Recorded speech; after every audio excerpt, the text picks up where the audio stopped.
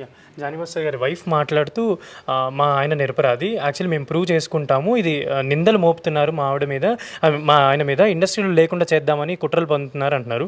మీరు ఆవిడతో మాట్లాడినప్పుడు మీకెలా అనిపించింది ఈ కేసు పరంగా? ఆవిడ చెప్పిన వివరాలు కూడా ఆవిడ ఇలా చెప్పడం జరిగిందండి. కొంత ఇంటర్నల్గా ఉన్నటువంటి ఆయన మిత్రుల్లా నటించినటువంటి కొంతమంది శత్రువులు ఆయన ఎదుగుదల తట్టుకోలేక కొంతమంది హీరోల సాయంతో అలా చేస్తున్నారని ఆవిడ చెప్పారు.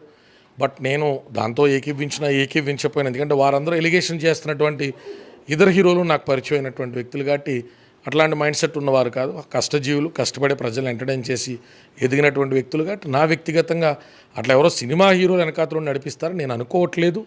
నిజాలు జానీ మాస్టర్ బయటకు వచ్చిన తర్వాతే ఆధారభూతంగా మాట్లాడినప్పుడు సస్టైన్ అవుతుంది. ఏదో అల్లు అర్జున్ గారిని వాళ్ళని తీసుకొచ్చి ఇందులో మాట్లాడేసినప్పుడు అవన్నీ కూడా ఎక్కువ కాలం నిలబడవు కదండి. If they are not backed up with proper evidence, if they are not backed up with proper sustainable evidence, అది నిలబడదు. కాబట్టి